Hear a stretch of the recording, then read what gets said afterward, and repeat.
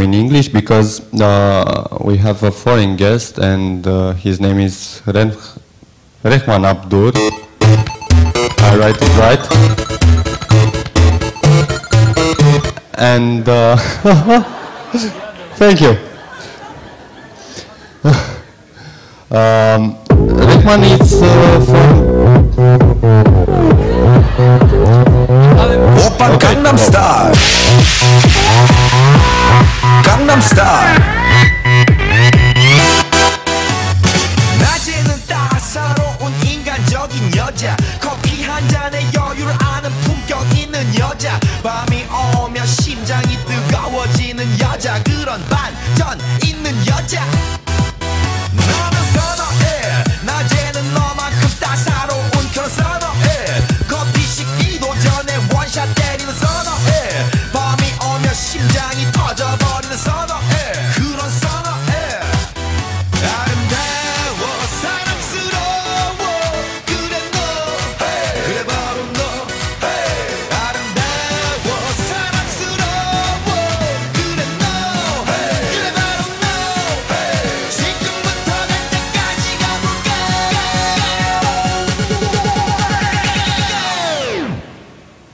오빤 강남 스타일. Can we have the PPT, please? All right. So, is anyone here in the room who's seen this video before? If you can just raise your hand. Right. So the video is created by this guy called Sai, who's the director for the video, who wrote the lyrics, who choreographed the song and everything else. The video right now, as of yesterday, had 295 million views on YouTube and is #1 on YouTube Top 100. So unfortunately for us, we're not singers or creative dancers like him. We're people who work for different brands and companies, and we, so to say, are not in the best position to create such creative videos, all right? And as much as the video is engaging, we as brands need to produce some content which is as engaging as this video. It might not be the same in terms of the dancing and the singing, but you get the point. So I'm going to speak to you about what is social in social media, all right? But before I go to that, can we go next? All right. Before I go to the story of what is social in social media, I'd like to tell you a story about me. So my name is Rehman, all right? So the story began a couple of months before I was born. And yeah, so my parents used to live in the Middle East in a country called Saudi Arabia, exactly where the terrorists come from. And, sorry. And they decided that, okay, just for fun, you know, let's give birth to the kid in India. And then they traveled to India, where they gave birth to me. And then they moved back to the Middle East in Saudi Arabia, where I lived for a couple of years. And because of my father's job, then we moved to Canada. After living there for some time, we moved back to Saudi Arabia, lived there for some time, moved back to India again, after which I decided it's time for me to move on a little bit. And then I moved to this small country called Bahrain, right next to Saudi Arabia, lived there for some time, then traveled across Brazil, went to Egypt, stayed there for a couple of months, moved back to India, and finally I had the chance to come to Romania. And believe it or not, one of the most important reasons that I've stayed here for over 2 years now is not only the warmth of the people or the culture, but it's about how the culture is in Bitdefender itself as a company. I'm not here promoting Bitdefender. My boss is sitting right here. He's not going to pay me extra cash, trust me. Anyway, so moving on to the subject about what is social. So social media as an art or as a field is exaggerated in a lot of ways, okay? And what we tend to forget is what exactly is social about social media. So the basic outlying purpose of social media is something like this. One person who represents a company sitting in front of a computer or a mobile device, laptop, something, and another person who's the client or the end consumer sitting in front of the computer also, all right? So two people communicating over the internet. So at the end of the day, it's human interactions.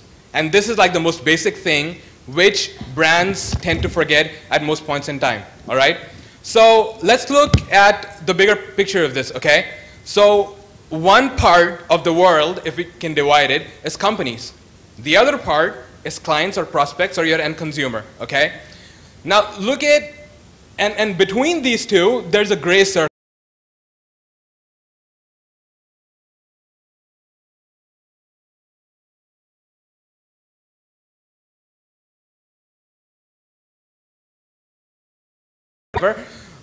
Then comes influencers or bloggers.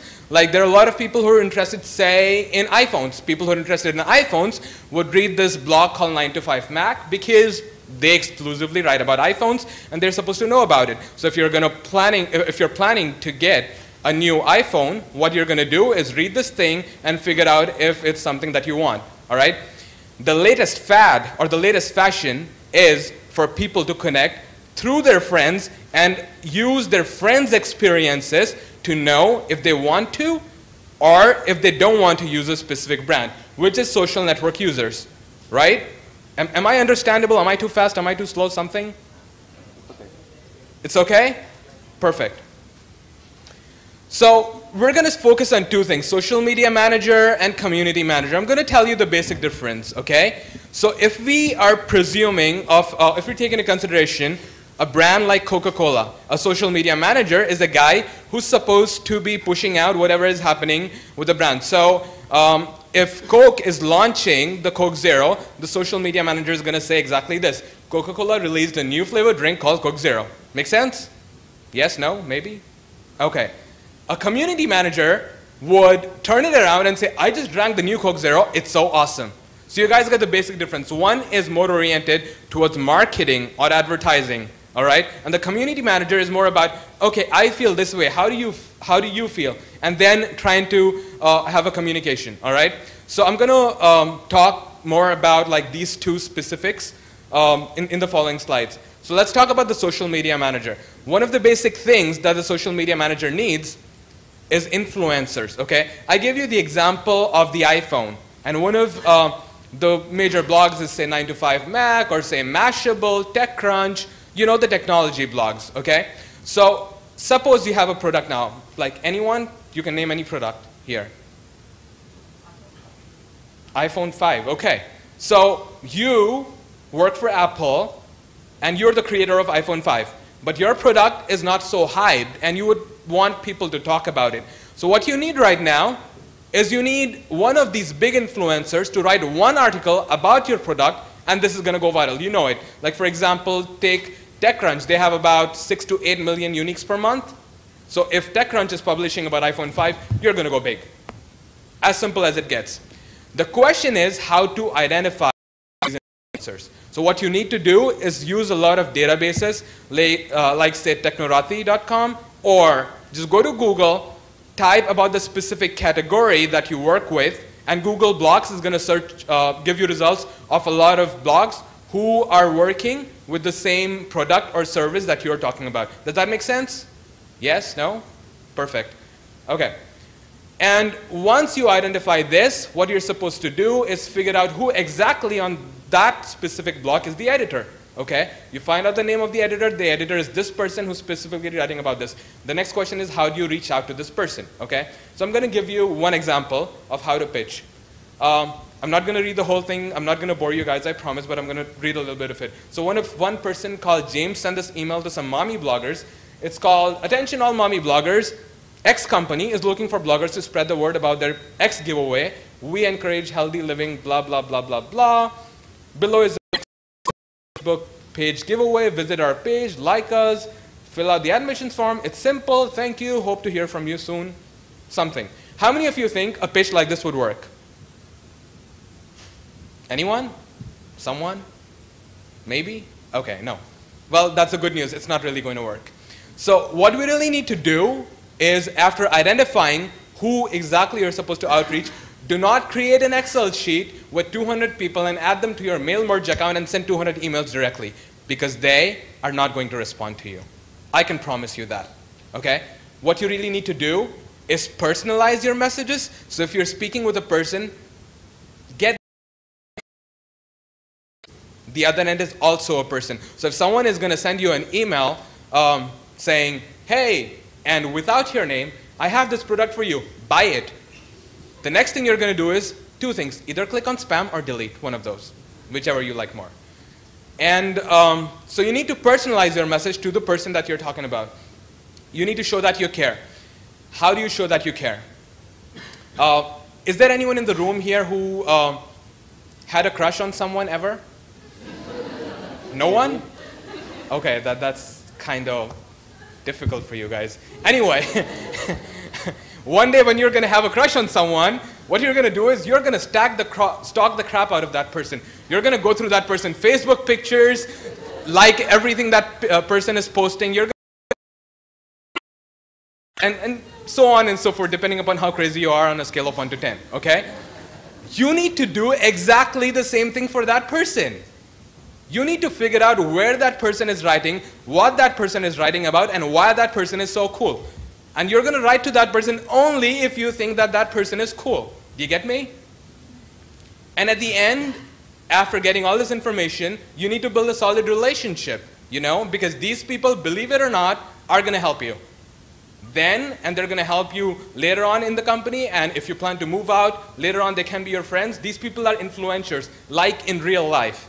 Okay? I'm going to give you another example. One of the pitches that worked for me, which is going through a guy's experience, telling him, I really admire your experience, and I've stalked you on LinkedIn, Make Use Of, your website, Business Insider, Google+, and now that I've creeped you out, I'm this guy, and I want this from you. But besides everything, what I really want you to do is take a look at my product and give me an honest feedback. If you hate it,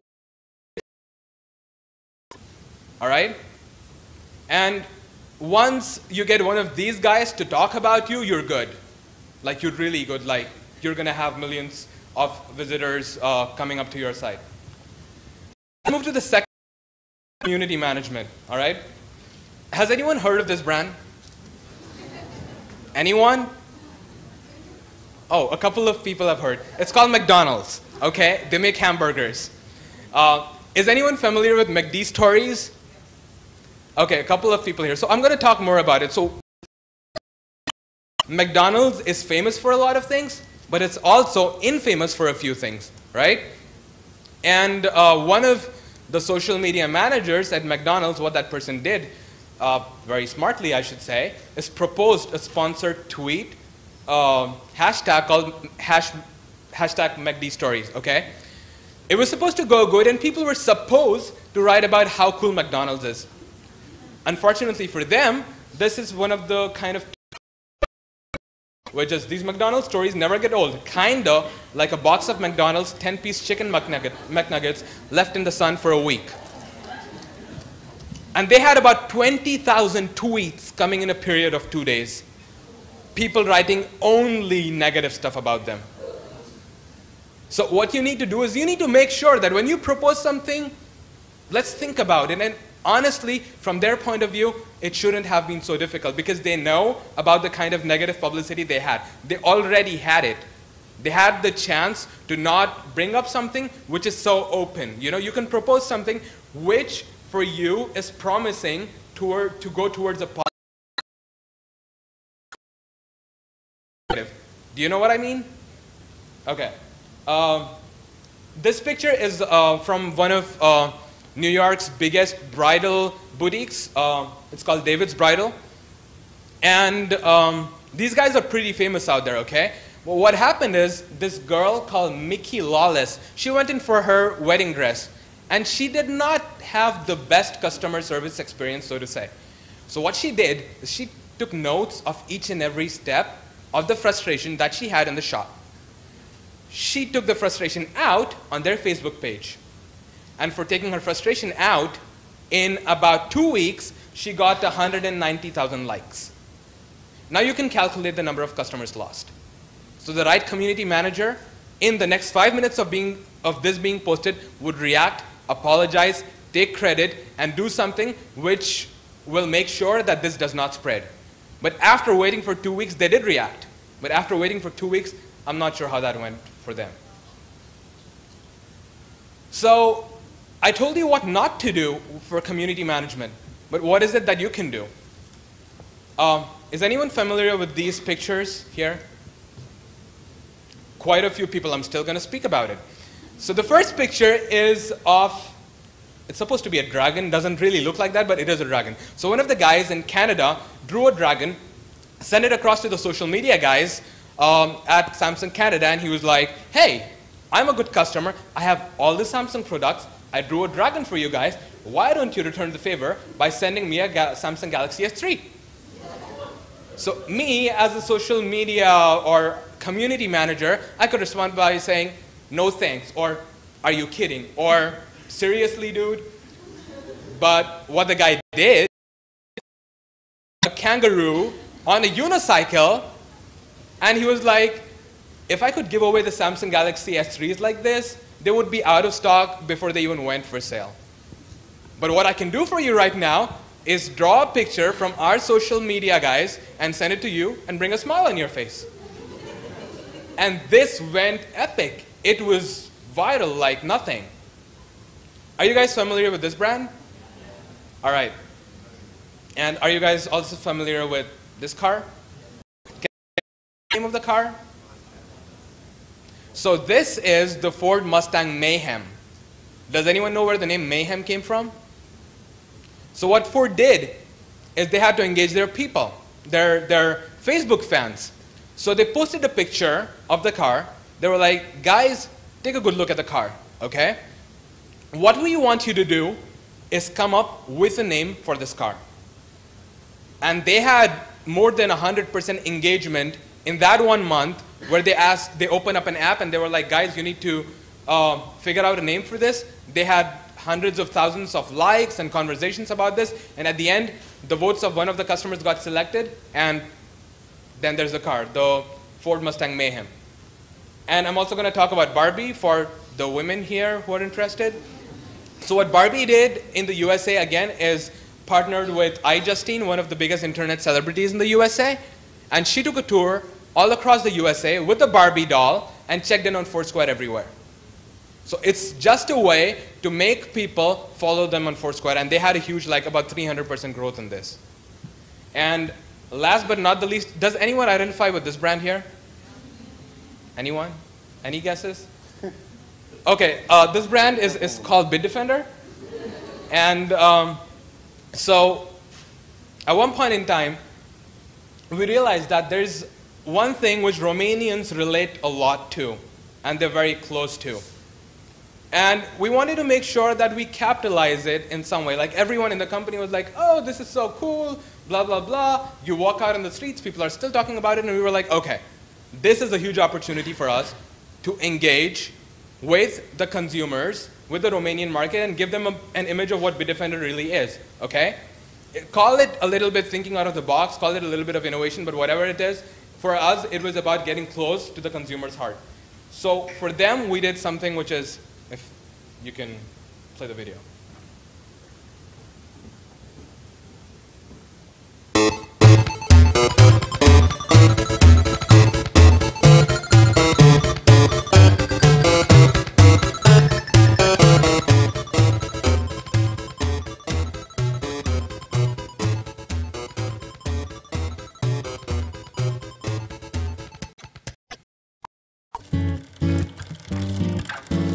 Focă, am o întrebare. Nu. Ți-amintești când eram preot exorcist? Ce?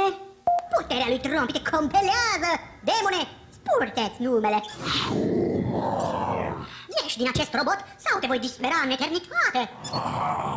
Niciodată. Haha, niciodată! Cine ești tu să mă ameninți? Cine ești tu să mă ameninți? Încetează. Încetează!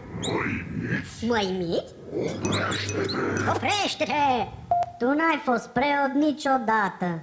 Irelevant! Trebuie să spui dansează în depozit. E cineva în depozit? Te și piși mov când îi vezi și dansează așa. Și mori și mușcat. Tu e în gingie. Uite. Mediocrule, ăia-s zombalăi, îs infectați. Trebuie să-l chemăm pe... Nu, ăla mă disperă. Când eram mic, o tras cu praștea după mine și m-o pălit cu o piatră la rinechi. Alo, bitalău? Ce fac focalău? Bitalău! Focalău! Bitalău, lău. Ce-i, mă, rotundule, te-a infectat? Nu eu, colegul. Și avem câțiva infectați și în depozit. Ce fac fetele? Ai, ce mă disperă impresarul ăsta, focă! Cum o venit și direct comentează cu scorobete? Carantină! Restul dincolo. Morți, mătii, și tu mă ții aici închis? Dăm cu drumul, lasă-mă să ies! Exclus. Ești virusat. Hai mă, cap de izopren, că n-am nimica, îs perfect normal.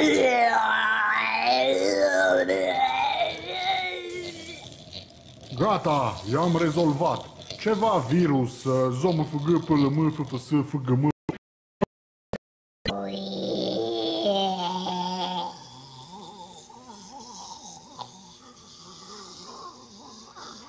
Vindecă-l și pe tigăița ăsta. Ești sigur? Nu mai bine îl lăsăm așa? Ui, ce față calmă are. Parcă e o șosetă cu ploape. Îl vindec, dar las carantina pusă. O ridici tu când vrei. Bun. Cât mă costă? Îi moca. Curățe. Mersi, bitalău. Focalău. Bitalău. Focalău. Bitalău, lău. Puțin cam gay. Focă. Ce-i? Oare-s vindecat? Că m-am săturat să tot stau la murat. Nu știu, vezi, dacă închizi ochii, se face tot negru? Da, atunci mai trebuie să stai.